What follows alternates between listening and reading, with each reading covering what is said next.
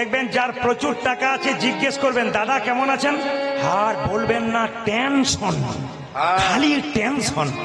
আর দেখবেন কৃষ্ণ ভক্তকে জিজ্ঞেস করবেন কেমন আছেন, আর হরির কৃপায় ভালোই আছে, মানে খাচ্ছে দাচ্ছে দিব্যি ভালো আছে। আর যিনি প্রচুর টাকার মালিক তিনি ঘুমোতে গিয়ে দুটো ঘুমের ট্যাবলেট খাচ্ছে, তাও ভেলিয়ে তাকিয়ে আছে, আরো পাওয়ারের চাই আর কি। তো নিবেদন আপনাদের কাছে, শান্তি যদি পেতে চান আপনাদের কাছে নিবেদন রইল, শান্তি একমাত্র হরিনামে, বাকি কোথাও নাই। আমি সবার কাছে নিবেদন রাখতে চাই, হরিনাম কেন শুনবেন, কেন আসরে ভিড় করবেন, একটাই কারণ, নিজে শুনবেন তা নয়, সবাইকে সঙ্গে করে নিয়ে আসবেন। বাচ্চা থেকে বয়োবৃদ্ধ সবাই কীর্তন শুনবেন, আপনার সংসারের মঙ্গল হবে, আপনার সমাজের মঙ্গল হবে, ভবিষ্যতে আপনার সন্তান ভালো হবে। ও মায়েরা, কোন সন্তানের মা চাই আমার ছেলে চোর হোক ডাকাত হোক? সব সন্তানের মা চাই আমার ছেলে কৃষ্ণ ভক্ত হোক। রাস্তা দিয়ে পেরিয়ে যাবেন, লোকে বলবে না চোরের মা যাচ্ছে, লোকে বলবে ওই দেখ একটা ভক্তের মা যাচ্ছে। তাই প্রত্যেকের কাছে নিবেদন রইল, হিন্দু সনাতন ধর্মের মানুষের কাছে আমার নিবেদন রইল, এই প্রদীপ পাল আসরে বর্জন করে বলল সনাতন ধর্মকে বাঁচান, হিন্দুত্বকে রক্ষা করুন। স্বামী বিবেকানন্দ গর্ব করে আমেরিকার মাটিতে বলেছিল আমি হিন্দু, আপনি যেন গর্ব করে বলতে পারেন আমি হিন্দু। আপনি সব ধর্মকে সমানভাবে সম্মান দেবেন, কিন্তু নিজের ধর্মকে ছোট করবেন না। বারবার বলে রাখি, ওগো মা, ভগবানকে সবাই চিনতে পারলো, আমরা চিনতে পারলাম না কেন? যিনি ইস্কন মন্দিরের অধ্যক্ষ জয় পতাকা মহারাজ, তিনি যখন প্রথম বিদেশ থেকে ভারতবর্ষের মাটিতে আসছেন, প্লেন থেকে নামবার সময় তার চটি জুতো তার কর্মচারীকে দিয়ে বলল চটিগুলো রাখো। কেন স্যার? নামবো মাটিতে, এ মাটি তো যেমন তেমন মাটি নয়, ভগবান গৌরের মাটি, ভগবান কৃষ্ণের মাটি। যে মাটিতে ভগবানের চরণ ধুলো মেশানো আছে, সেই মাটিতে আমি পা দেবো কি করে? সেই মাটিকে একবার প্রণাম করব। ধন্য ভারতবর্ষের মাটি, ধন্য ভারতবর্ষের ভক্ত। তাই প্রতিটি মানুষের কাছে নিবেদন রইল, সনাতন ধর্মকে বাঁচান, বৈষ্ণব ভক্তকে সম্মান দিন। একজন ভক্ত রাস্তা দিয়ে পেরিয়ে যাবে, আপনি হরিবোল বলতে পারবেন না, মাথাটা নিচু করে পেরোবেন। সবচাইতে দুঃখের কি জানেন? বিদেশ থেকে এসে মায়াপুর ইস্কন মন্দিরে হরে কৃষ্ণা হরে কৃষ্ণা, কৃষ্ণ বলতে পারে না, হরে কৃষ্ণা। লজ্জা লাগে আমাদের, কি ওরা বলতে পারে না তবু বলে, আর আমরা বলতে পারি তবু বলি না। ওরা বলতে পারছে না তবু হরে কৃষ্ণা হরে কৃষ্ণা পাগল হয়ে যাচ্ছে। কিন্তু আমরা শিখলাম তবু বলতে পারলাম না, তবু ঘরের ভগবানকে চিনতে পারলাম না। অনেক ভিড় হয়ে গেছে বলে কি সনাতন ধর্ম বেঁচে আছে? না, ইটের ওপরে ইট সাজালে পাঁজা তৈরি হয়, দেওয়াল তৈরি হয় না। ইট আর ইটের ফাঁকে মশলা দেবেন, তবে দেওয়াল তৈরি হবে। একজন ভক্তকে প্রেমের আলিঙ্গন দেবেন, নিতাই গৌর হরি বলো বলে, তবে তো আমাদের সনাতন ধর্ম টিকবে। তাই বারবার বললাম, এদের মতো যারা ভক্ত আছেন হরিবাসর তৈরি করছেন, আপনার দিনের পর দিন সাহায্য করুন। যদি কেউ সাহায্য করতে না পারেন, মহাপ্রভুর কাছে আশীর্বাদ করে দিয়ে যান, দিনের পর দিন যেন হরিবাসর সুন্দর হয়ে যায়। সবার কাছে নিবেদন রইল। আর একটা ছোট্ট কথা আপনাদের বলে যাই, হিন্দু পড়ো, গীতা পড়ো হিন্দু ভাই, গীতার মতো জিনিস নাই। গীতা পড়ো হিন্দু ভাই, গীতার মতো জিনিস নাই। ভালো লাগুক আর না লাগুক, খাও একটু তিতা, ইচ্ছা করুক আর না করুক পড়ো একটু গীতা। তোমার তেতো খেতে ভালো লাগে না, ভালো লাগুক আর না লাগুক, মহাজনদের কথা, ভালো লাগুক আর না লাগুক খাও একটু তিতা, ইচ্ছা করুক আর না করুক পড়ো একটু গীতা। অনেকে প্রশ্ন করবেন, প্রদীপ বাবু গীতা পড়তে তো বলছেন, শ্লোক উচ্চারণ হয় না, ভুল বলে ফেলি, অপরাধ হবে না? আসরে দাঁড়িয়ে বলে গেলাম সবার কাছে, আপনি গীতা পড়বেন, যদি ভুল হয়ে যায় আপনার কোনো অপরাধ নাই, পড়বেন কিন্তু ভাবের চোখে পড়বেন, ভক্তির চোখে পড়বেন। প্রমাণ দেব আমি শাস্ত্র থেকে। মহাপ্রভু প্রতিদিন গঙ্গায় স্নান করতে যায়, মন্দিরে সিঁড়িতে বসে একজন ব্রাহ্মণ গীতা পড়ে আর চোখের জলে ভাসে। একজন মহাপ্রভুকে খবর দিল, প্রভু তোমার একটা ভক্ত তাকিয়ে দেখো হাজার হাজার ভুল পড়ছে, হাজার হাজার ভুল শ্লোক পড়ছে আর চোখের জলে কাঁদছে, লোক দেখানি নয় তো? বাবা এই সময় দেবেন না, এটা সামনে আসরে ধোঁয়া হয়ে গেলে মানুষ দেখতে পায় না, অসুবিধা হয়, একটু নিয়ে চলে যান ওদিকে। হরে কৃষ্ণ। দেখুন ব্রাহ্মণ কি করছে, গীতা পড়ছে, কাঁদছে।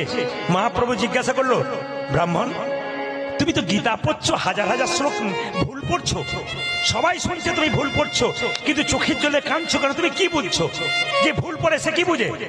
প্রভু আমি মূর্খ সূর্খ মানুষ, আমি শ্লোকের কিছু বুঝি না, আমি যেমন পারি তেমন পড়ি, কিন্তু আমি এইটুকু বুঝি, গীতার পাতাতে দেখতে পেলাম স্বয়ং ভগবান রথের সারথি আর অর্জুন দিব্যি নিশ্চিন্তে বসে আছে।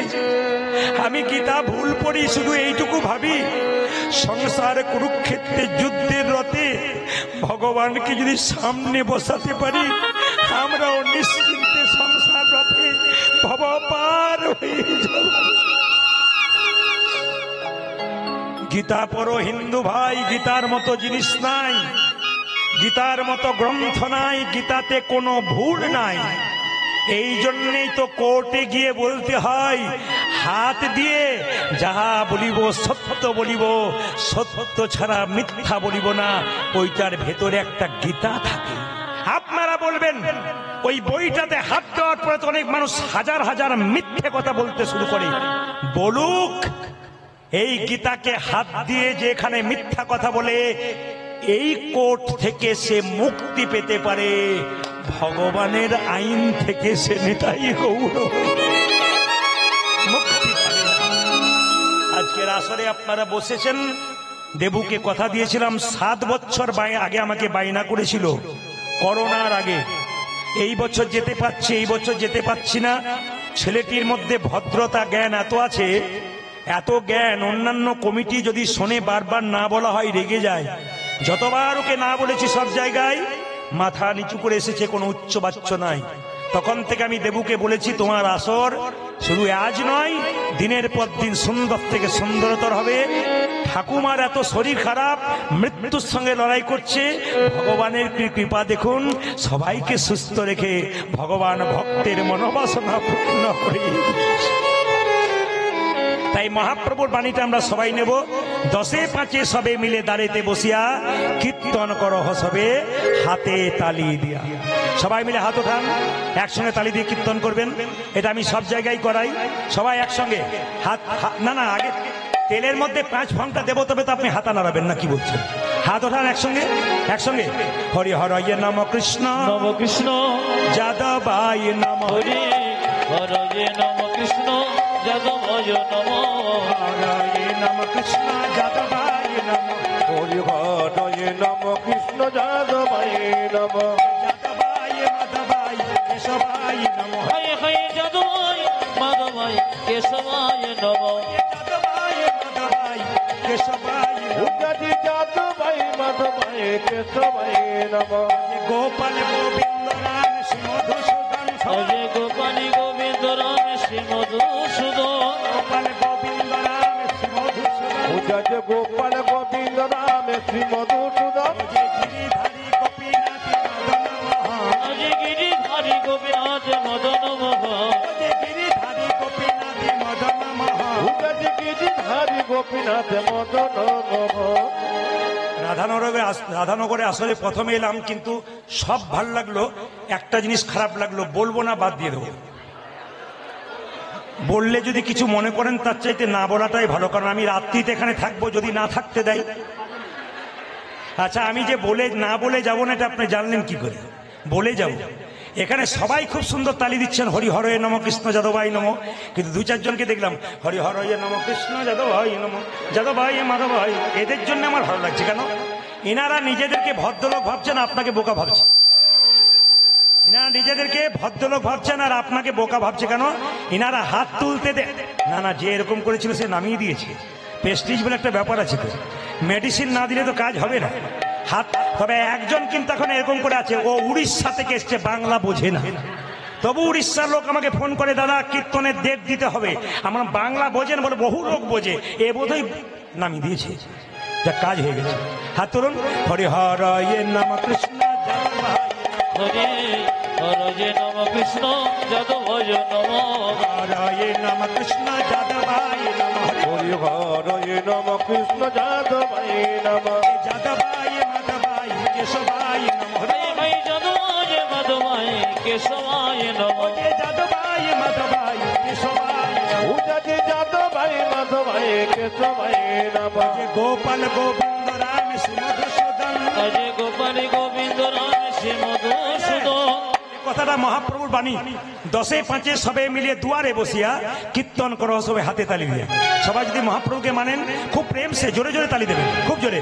হরি হরয়ে নম, কৃষ্ণ হরে হরে নম, কৃষ্ণ যাদবায় নম। হরয়ে নম, কৃষ্ণ যাদবায়। হরি হরয়ে নম, কৃষ্ণ যাদবায় নম। যাদবায় মাধবায় কেশবায় নম। অজয় যাদবায় মাধবায় কেশবায় নম। যাদবায় মাধবায় কেশবায় নম। উজাজি যাদবায় মাধবায় কেশবায় নম। গোপাল গোবিন্দ রাম শ্রী মধুসূদন। অজয় গোপাল গোবিন্দ রাম শ্রী মধুসূদন। গোপাল গোবিন্দ রাম শ্রী মধুসূদন। উজাজি গোপাল গোবিন্দ রাম শ্রী মধুসূদন। গিরিধারী গোপীনাথী মদন মোহন। High high Giridhari Gopinath Madan Mohan. গিরিধারী গোপীনাথী মদন মোহন। উজাজি গিরিধারী গোপীনাথ মদন মোহন। বেশ বেশ, হ্যাঁ হ্যাঁ, এদেরটা বাদ দিলাম, আপনাদেরটা নেব বলে।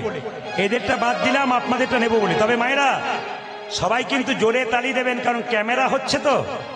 এক আধটা ক্যামেরা নয়, 100খানা আছে। এ ক্যামেরার ভয়ে অনেকে আবার দেখতে পাচ্ছে না, সরিয়ে দিয়ে যাচ্ছে দাদারা। সত্যি দেখতে পাচ্ছেন না, স্বাভাবিক কথা। তো ওদেরও তো একটা কাজ আছে নাকি, ক্যামেরা। তবে ওরা কিন্তু ইউটিউবে 2-4 দিন পরে গানটা তুলবে, আপনি হাতটা তুলুন, নাহলে মোবাইলে দেখতে পাবেন কি সুন্দর হাত তুলেছেন, তালি দিচ্ছেন। আর যদি না দেন তাহলে বলবেন, দিদি আমি তুলি নাই গো, আমার ওঠে নাই। এটা যেন বলতে না হয়। তাই সবাই মিলে প্রেম সে হাত তুলে, সবাই এদের বন্ধ করলাম, আপনারা বলবেন, বলুন হরে কৃষ্ণ জোরে, হরে কৃষ্ণ বা কৃষ্ণ কৃষ্ণ বা হরে রাম জোরে, বাহ জোরে, হরে কৃষ্ণ বা হরে কৃষ্ণ। সুন্দর, বহুত আচ্ছা, দারুণ। আরে আরো জোরে, হরে কৃষ্ণ জোরে, বাহ জোরে, হরে রাম হরে রাম। শেষবার হরে কৃষ্ণ, শেষবার উচ্চ স্বরে, বাহ বাহ, হরে রাম। সুন্দর, দান দান দান দান। আগে কি আপনাদের কীর্তনের দল টল ছিল নাকি? দারুণ গাইছেন কিন্তু। এই এলাকায় এলে এদের আনার মনে আপনাদের দিয়ে চালিয়ে দেবো। বাইনার সঙ্গে বলুন, হরে কৃষ্ণ হরে কৃষ্ণ কৃষ্ণ কৃষ্ণ হরে হরে, হরে রাম হরে রাম রাম রাম হরে। উলধ্বনি, জপ হরে কৃষ্ণ কৃষ্ণ কৃষ্ণ হরে হরে, হরে রাম রাম রাম হরে হরে। জোরে, হরে কৃষ্ণ কৃষ্ণ কৃষ্ণ কৃষ্ণ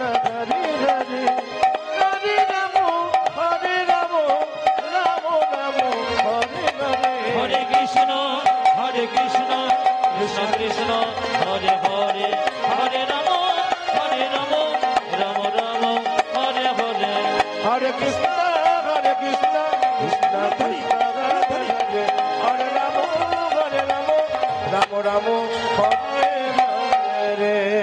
নয়নানন্দেতে ভনে দেতে হনে সেই তো সকলে সকলে জানে সর্বসিদ্ধি করতলে। করতলে তব। সবাই মিলে একবার বলুন রাধে রাধে। সুন্দর পরিবেশ আপনাদের। আমি গতকালকে ছিলাম একবার উস্থি চৌসা বলে একটা জায়গায়, গ্রামের ভেতরে গান করাতে পারে নাই, মাঠের মধ্যে করা ছিল, প্রচুর লোকের জায়গা, এত ভক্তের মানে বেশি। তো আপনারা সবাই মিলে একবার জোরে রাধারানীর নাম করবেন। বলছে রাধা কৃষ্ণ বলেছেন যে আমাকে ভালোবাসবে আগে রাধার নাম করতে হবে। রাধার নাম যদি কেউ করতে পারে আমাকে পয়সা লাগে না, বিনামূল্যে কিনে নেয়। যদি তাই হয় তাহলে শুধু রাধে রাধে বলবেন। জোরে বলুন রাধে রাধে। আমি जोर से बोलना पड़ेगा, प्रेम से बोलना पड़ेगा, जोर से बोलना पड़ेगा। দাঁড়ান, এবার বলবেন। কাল সকাল থেকে একজন একজনকে দেখবেন, কি বলবেন? কি বলবেন? ভক্তকে দেখবেন, কি বলবেন? মন্দিরে যাবেন, কি বলবেন? বাড়ি ফিরবেন, কি বলবেন? স্বামী স্ত্রীতে ঝগড়া হবে, কি বলবেন?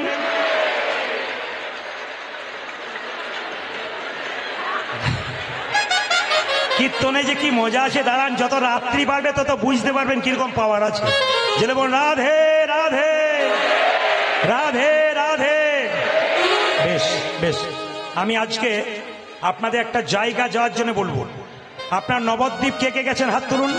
নবদ্বীপ, বেশ, খুব সুন্দর কথা, হাত নামান।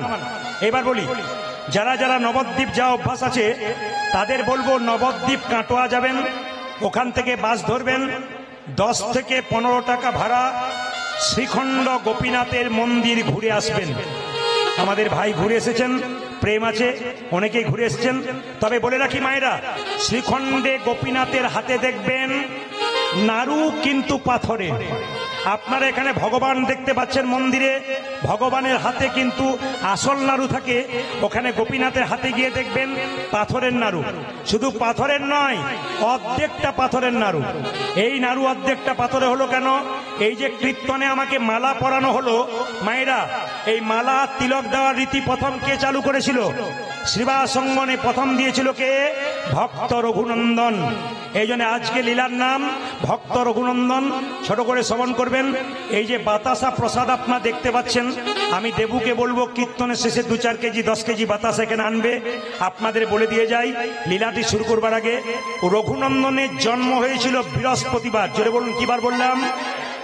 সেই দিন একটা দেবীর পুজো ছিল, তার নাম হচ্ছে সরস্বতী পুজো। তো সেই দিন কিন্তু জন্ম নিয়েছিল কে? রঘুনন্দন। মায়েরা, রঘুনন্দন 5 বছর বয়সে গোপীনাথকে নাড়ু খাওয়াবে। এই নাড়ু প্রসাদ কীর্তনের শেষে আপনারা কাপড়ের কোণে বেঁধে নিয়ে যাবেন। মায়েরা কাপড়ে কোণে, দাদারা পকেটে নিয়ে যাবেন, বাড়িতে কৌটোর মধ্যে যত্ন করে রাখবেন। লাভ কি হবে? আগামীকাল কিন্তু বৃহস্পতিবার, কাল থেকে শুরু করতে পারবেন, সুযোগ আছে। আপনার বাড়ির বাচ্চা যদি খুব চঞ্চল হয়, পড়াশুনোতে মাথা নাই, আপনি ভালো করে বিবেচনা করবেন, রঘুনন্দন লীলা পড়বেন। যদি এই বাতাসা প্রসাদটি স্নান করে তুলসী মন্দিরে বসে একটা তুলসী পাতা দিয়ে জয় গোপীনাথ বলে ছেলের মুখে যদি 3 বার দিতে পারেন, 1 বছর দেবেন প্রতি বৃহস্পতিবার, ছেলে কৃষ্ণ ভক্ত হবে, তার সঙ্গে বিদ্যান পর্যন্ত হবে। 1, 2, যদি আপনার বাড়িতে কোনো ব্যক্তি অসুস্থ অবস্থায় আছে, অনেকদিন দেখাচ্ছে রোগ ভালো হচ্ছে না, এটা খেলে যে রোগ ভালো হবে তা নয়, কিন্তু একটা কাজ হবে, দীর্ঘদিনের রোগের অনেক কষ্টের উপশম পাবেন যদি বাতাসা প্রসাদটা জয় গোপীনাথ বলে তুলসী পাতা দিয়ে তার মুখে একবার দেওয়া যায়। 2, 3 নম্বর, যদি বাড়িতে কারো অশান্তি থাকে, একবার সহজ পদ্ধতি বলে দিই। এই বাতাসাটি তুলসী মঞ্চে দিয়ে তুলসী গাছের নিচে গুঁড়ি করে ভেঙে দেবেন। দিয়ে কি করবেন মায়েরা? প্রতিদিন 1 ঘটি জল তুলসী মন্দিরে দেবেন, 4 বার পরিক্রমা করবেন। বাড়ির সবাই শান্তি ডাকতে হবে না, শান্তি আপনা আপনি আপনার বাড়ি আসবে। প্রশ্ন করবেন, প্রদীপ বাবু একটি বাতাসা হয়তো বা পেলাম, এতে সারা বছর চলবে কি করে? বুদ্ধি দিয়ে যায়। আপনি বাড়ি নিয়ে যাবেন বাতাসাটা, কালকে আপনি বিকালে হরিণ লুট দেবেন, নিয়ে 1 কেজি বাতাসা কিনে হরিণ লুট দিয়ে এই বাতাসটি তার মধ্যে ভরে দেবেন, ব্যাস প্রতি বৃহস্পতিবার সেই বাতাসা বাচ্চাকে দেবেন, বাড়ির সবাইকে দেবেন, দেখবেন কৃষ্ণ ভক্তির উদয় হবে। লীলাটি শুরু করবার আগে আবার একবার বলতে চাই, প্রসাদ আপনারা সবাই পাবেন সন্তানের মঙ্গল, সংসারের মঙ্গলের জন্য। এই প্রসাদটির খুব দাম, এটার জন্য মানুষ শ্রীখণ্ডে যায়, কিন্তু লীলার মাধ্যমে দিয়ে যদি প্রসাদ পেয়ে যায় এর কিন্তু অতি উত্তম ফল হয়। তাই যারা মায়েরা সন্তানের মঙ্গল চান, দিনের পর দিন মন্দিরে বসে বসে সন্তানের মঙ্গলের জন্য কাঁদেন, আজকে এই প্রসাদটা নিয়ে ভক্তি ভরে ছেলেকে দিন, দেখুন আপনার ফল ফলে কিনা। জোরে বলুন রাধে রাধে রাধে রাধে। প্রথমে গল্পটি শুনবেন। বর্ধমান জেলার শ্রীখণ্ড গ্রামের 2 ভাই, বড় ভাইয়ের নাম মুকুন্দ সরকার, ছোট ভাইয়ের নাম নরহরি সরকার। কি বললাম মায়েরা? বড় ভাইয়ের নাম কি? মুকুন্দ সরকার। ছোট ভাইয়ের নাম কি? নরহরি সরকার। হরে কৃষ্ণ। আস্তে। বড় ভাই কবিরাজি চিকিৎসা করে, আর ছোট ভাই তার সঙ্গে কম্পাউন্ডারি করে। একদিন ছোট ভাই বড় ভাইকে বলছে, দাদা, বলে কি সেবা সঙ্গনে মহাপ্রভুকে দেখতে গেলে হয় না? দাদা তখন বলল, বোকার মতো কথা বলিস না। বলে কেন? এখন যেমন একটু রাস্তা যেতে গেলে অটো ধরেন, সাইকেল মোটর সাইকেলে যান, তখন রাস্তার পর রাস্তা মানুষ চলে যেত, কোনো গাড়ি ঘোড়া পেত না, হেঁটে হেঁটেই চলে যেত। ছোট ভাই বলছে, দাদা হেঁটে হেঁটে সেবা সঙ্গনে মহাপ্রভু কিভাবে পেতে যাবো? বড় ভাই বলছে, শোন, পা ফুলে যাবে, যেতে পারবি না। ছোট ভাই বলছে, দাদা সাধুগুরু বৈষ্ণবের মুখে